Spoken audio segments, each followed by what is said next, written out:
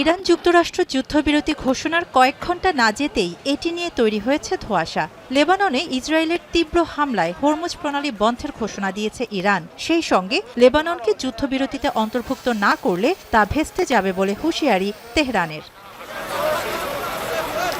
White হাউসের পক্ষ থেকেও বলা হচ্ছে, লেবানন এই যুদ্ধবিরতির অংশ নয়। আর ২৪ ঘণ্টা না পেরোতেই পাল্টা সুর মার্কিন প্রেসিডেন্ট ট্রাম্পেরও।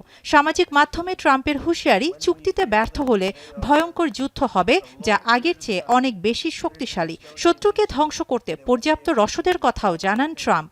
ট্রুথ সোশ্যালে মার্কিন প্রেসিডেন্ট ডোনাল্ড ট্রাম্প বলেছেন, মার্কিন জাহাজ, সামরিক কর্মী ও বিমান ইরানের চারপাশে অবস্থান করবে। যদি তেহরান ওয়াশিংটনের সঙ্গে হওয়া চুক্তি সম্পূর্ণরূপে মেনে না নেয়, তাহলে আবারও হামলা শুরু করবে যুক্তরাষ্ট্র। এদিকে নেতানিয়াহুর দাবি, ৬ সপ্তাহের যুদ্ধে যুক্তরাষ্ট্র ও ইসরায়েল ইরানের ভিত নাড়িয়ে দিয়েছে। যে কোনো মুহূর্তে যুদ্ধের জন্য প্রস্তুত বলে হুঙ্কার দেন তিনি। ওয়াশিংটনের সঙ্গে ইসরায়েলের সম্পর্ক আগের চেয়ে অনেক মজবুত বলেও জানান নেতানিয়াহু।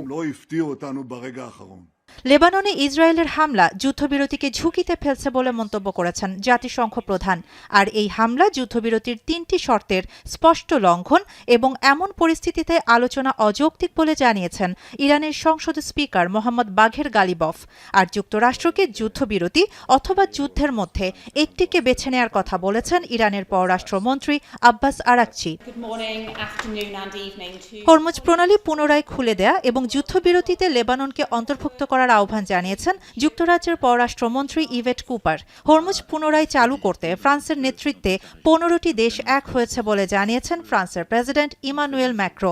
লেবাননে ইসরায়েলি হামলা আন্তর্জাতিক আইনের লঙ্ঘন বলেও মন্তব্য করেছে সিরিয়া।